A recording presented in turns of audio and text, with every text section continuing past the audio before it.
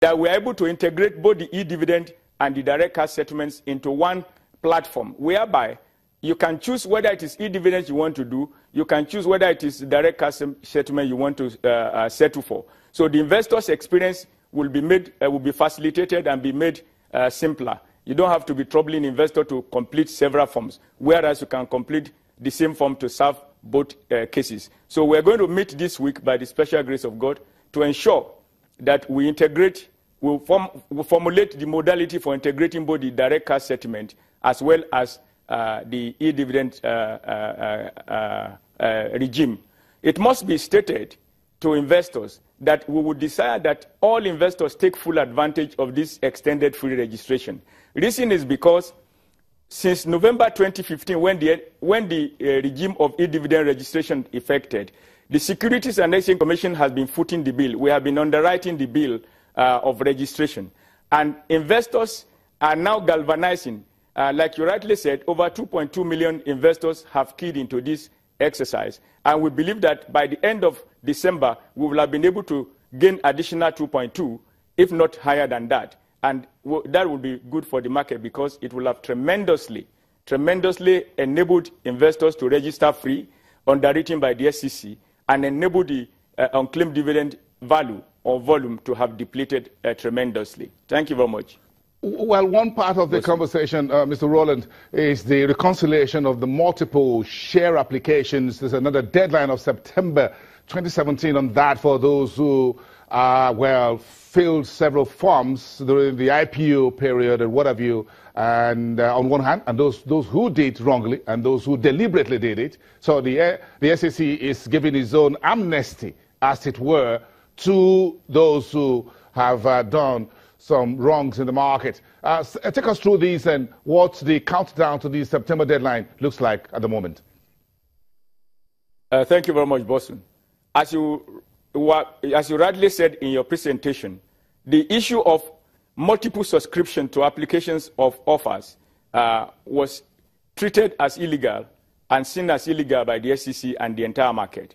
However, we observe that one of the greatest problems, which is culminating in unclaimed dividend, is the cases of multiple applications where the people are not entitled or are not able to make their claims. So what the SEC led the market to do is to come up with an approach to treat all cases of multiple applications in the past. Now, what the market arrived at during the last Capital Market Committee was that it was agreed and adopted that a period of 6 months forbearance or amnesty be made available or extended to such investors that acted illegally with a view to reconciling their purchases. So the SEC is leading this initiative. 6 months have been given, and that 6 months will terminate on December 31st. All investors that were involved in such cases of multiple applications and who have clear identities are now given the forbearance or the amnesty opportunity to go straight to their brokers or to their registrar wherever applicable and tender their real identity such that when the identities are validated through an appropriate Know Your Customer regime of the SEC, which is found in the SEC rules, and all capital market operators that are going to be treating these cases of multiple application, they are already familiar with the rules.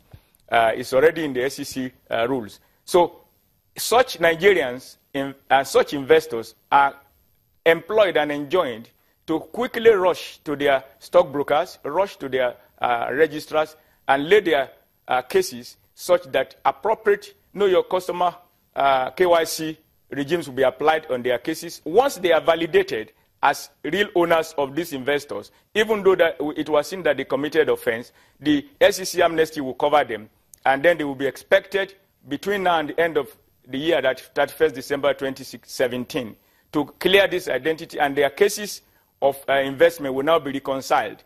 And then when they are reconciled, they will now be integrated together as one investment, and then the CSCS will continue to treat those cases as one investment. So that will further sanitize the cases of unclaimed dividends that are accumulating, arising from those multiple accounts that have not been able to claim their dividends over the year. Such is the essence of bringing up the amnesty.